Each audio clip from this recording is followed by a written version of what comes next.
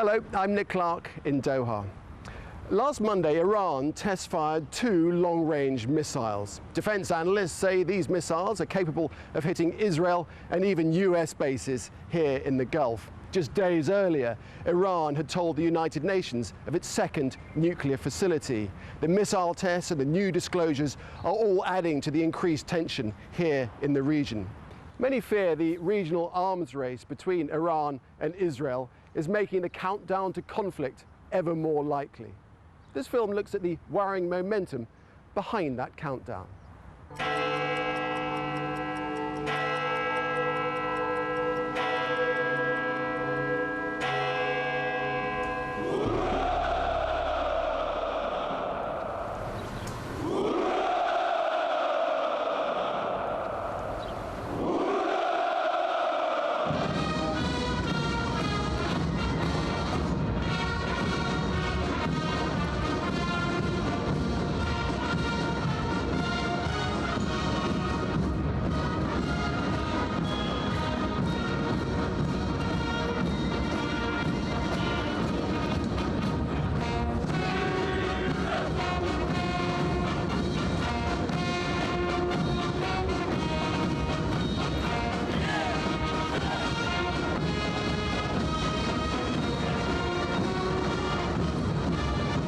May the 9th, 2009, Victory Day in Russia.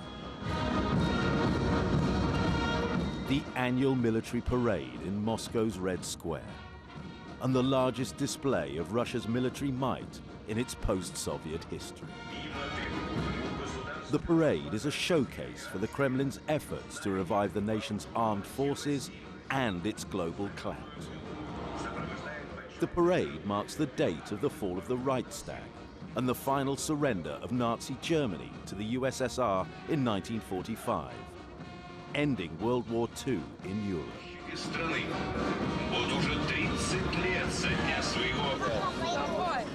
Russia's veterans are in attendance, but it's the latest military hardware that is given pride of place.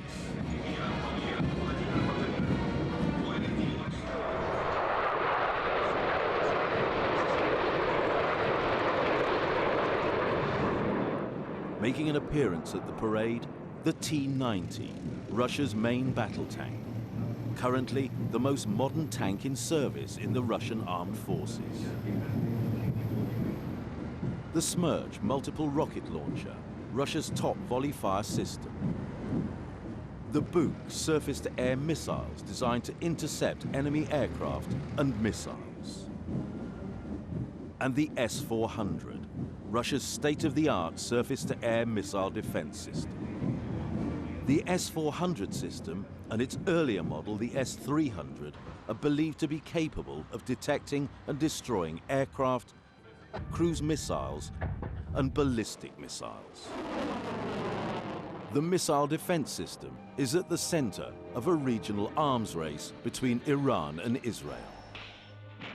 An arms race that is heating up as each side develops and procures new weapons, making the countdown to conflict ever more likely. In 2005, Iran sought to buy 5 batteries of the S-300, the earlier model, from Russia in a deal believed to cost around $800 million. The S-300 missile system would significantly boost Iran's defense capability at a time when it is concerned about the US military's presence in neighboring Iraq and Afghanistan, and Israeli threats to target its nuclear facilities. But the S-300 deal has yet to go through, which surprises some Russians within the corridors of power. Iran is Russia's neighbor. It's enough to look at the map. This is our neighbor. Our relationship with Iran goes back centuries. To say that just by one threat of attack we're going to stop our cooperation with them, well, that's impossible. In early June 2009, Avigdor Lieberman, Israel's Russian-speaking foreign minister, visited Moscow. Lieberman was on a mission to convince Russia to put an end to its arms deals with Iran and Syria. and in particular to halt the sale and delivery of Russia's S-300 missile system to Iran. Lieberman had a bargaining chip. If Russia went ahead with the sale to Iran, Israel might continue to provide high-tech weapons to neighboring Georgia, which engaged Russia in a war last year. Israel was determined to exert as much effort as possible to prevent the S-300 being sold and delivered to the Iranians, for good reason.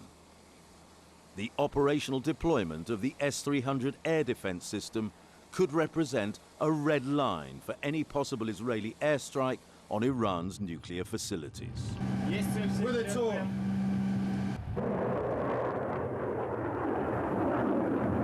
The Iranian air defenses are not very sophisticated, but once they get the S-300, the Russian anti-aircraft missiles, it is obvious that it would cause damage to the Israeli attack, and some Israeli pilots would not return homes, and the airplanes would be shot down. So that's why Israel is trying to say to the Russians, don't deliver them.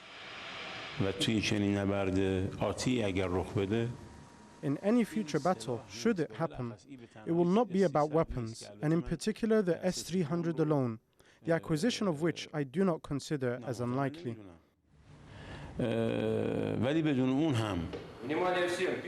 The S-300 is one of the most advanced multi-target all-altitude missile defense systems in the world today. Air power experts say it represents a formidable defense against conventional aircraft.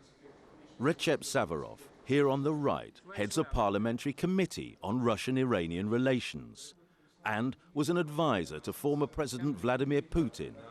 He believes any strikes against Iranian nuclear facilities would be a strike against Russian interests.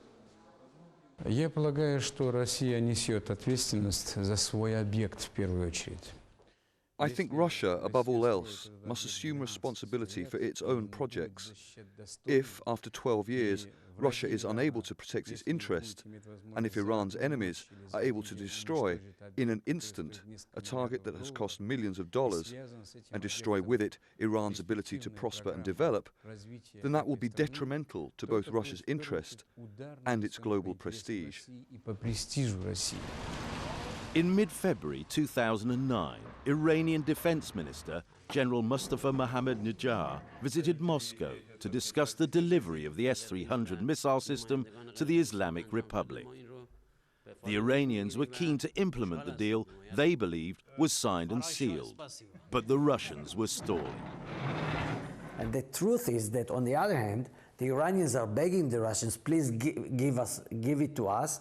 And the Russians are at the moment undecided. They are indecisive. They are talking in two voices. They are promising to the Iranians, we would deliver it because they have a contract, an agreement. And they are saying to the Israelis, we would not. According to Iran's former Minister of Defense, there is no question of Russia reneging on its commitment to sell Iran the S-300 missile system. Rear Admiral Ali Shamkhani is someone who is well placed to comment on Iran's military capabilities. Everyone in the world follows his own interests. We've received a sophisticated defense system from Russia, the Tor system. We have this, and we also have our own technical capabilities based on domestic production. And Russia is a country that is a factor in these equations, and it has its own interests. Several weeks before the February visit of the current Iranian defense minister to Russia, this man was on an assignment in Moscow. Retired Israeli General Amos Gilad's mission was to dissuade Russia from selling its missile defense systems to Iran. Gilad followed in the footsteps of Ehud Olmert, who had visited Moscow when he was the interim Israeli Prime Minister in October 2008. Olmert met Russian leaders to pressure them against the sale of the S-300 system to Iran. And Ehud Barak, Israel's Minister of Defense, visited Moscow shortly after the Iranian defense minister. The Kremlin was hosting a succession of Israeli officials as well as American diplomats, all attesting to the growing jitters in Israel and the West over Russia's possible sale of the S-300 to Tehran. I think the American and Israeli visits to Russia, just a week after General Mustafa Mohammad-Najjar's visit, succeeded in persuading the Russian government to postpone selling the defense system to Iran, is a conundrum. There's a signed deal and agreement to deploy the defense system, but it was not sent.